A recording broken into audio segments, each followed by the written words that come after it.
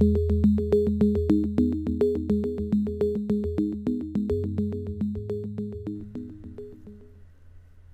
this video, we'll talk about manual nesting. So in the main ProNest window, the part list task pane shows all of the parts that have been added to the job. These parts can now be nested. I'm going to take a second to just customize the main window a bit to make it easy to see parts and their properties. So I'll turn off this color legend here. And also on the View tab, I'll select Properties. And then the properties for the currently selected part in the part list will be shown there. Okay, so ProNest always has an empty nest with a standard plate size selected on the main window. So right now, my empty nest has a size of 96 by 48, and that's displayed at the bottom in the status bar. So this is my default plate size, and it's coming from settings, but let's say I need to nest on a different plate size. So click the Home tab, select New Nest, and then there's a list of options here. I'll pick 120 by 48.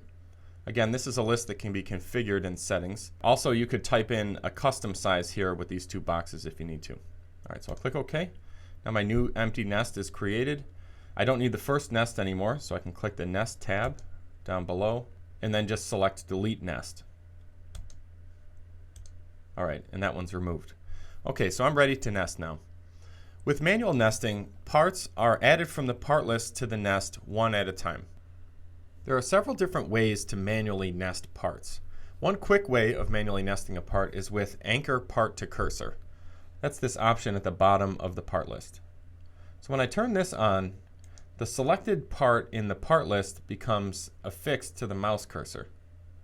So it becomes anchored to your cursor, and to nest you just click.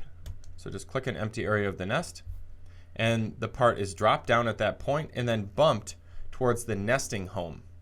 So the nesting home is indicated by the purple circle. In my case, this is the upper left corner of the plate. Clicking again will nest more copies of the part. Notice that as parts are added, the quantity nested in the part list is updated. So this foot part now has 2 of 2 nested, and there are no more copies available for nesting. Just click a different part in the part list to continue nesting with that part. All right, so the part is bumped towards the nesting home here, but if you don't want that to happen, you can hold the Control key and then click, and that will drop the part at the location you click without bumping it to the nesting home. There's also an option in Preferences called Disable Automatic Bumping of Parts, and that will turn off the bumping during manual nesting altogether. All right, you can also rotate these parts here. So if you just press the Control key and then move the mouse up a bit, there's some rotate options for the currently anchored part.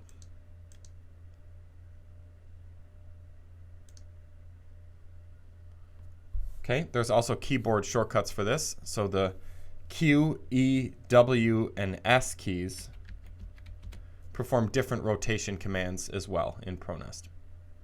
Okay, to turn off anchored part, just right-click on the nest. You can also clear the Anchor Part to Cursor box to do this as well. All right, another similar method of nesting is just drag and drop. So you can grab a part, click it, and then drag it onto the nest, and it will be bumped towards the nesting home. With either of these two methods of manual nesting, you can change the way that parts bump and rotate as they're being dragged on the nest. There are 3 states to choose from. That's set in the status bar in the main window. There's an option called Smart Drag. With Smart Drag on and Rotation on, which is what I have set now, the parts will bump up against neighboring parts or plate edges as they're dragged around on the nest. We'll turn on Anchor Part to Cursor again, and this time I'll select this bracket part. So now with Smart Drag on, the part will bump up against neighboring parts or plate edges, and it will also rotate to fit. Okay, so this is a good option if you're trying to fit a part into an empty area on the nest.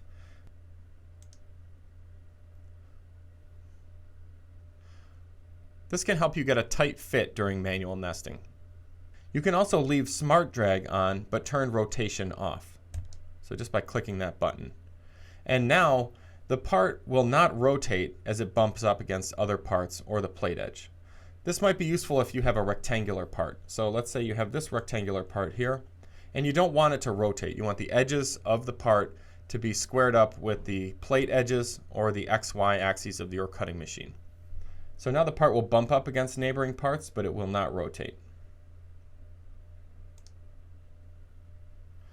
A third option is just to turn Smart Drag off altogether. And when that's off, the parts will not bump up against each other as they're being dragged or moved using anchor part. They also won't rotate.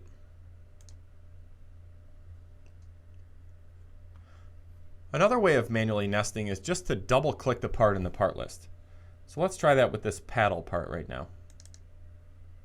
All right, and as I do that, it will add the part and actually automatically nest that single part. So this is sort of automatically nesting parts one at a time. So if you have a level or tier of ProNest LT that has automatic nesting, that's the Essentials or Unlimited tiers. With either of those, you can automatically nest, and so double clicking or pressing enter will nest parts automatically. So we'll try to fit them into available areas on the nest. If you have the Smart Start tier, this will still place parts on the nest, but it will just drop them and then bump them towards the nesting home.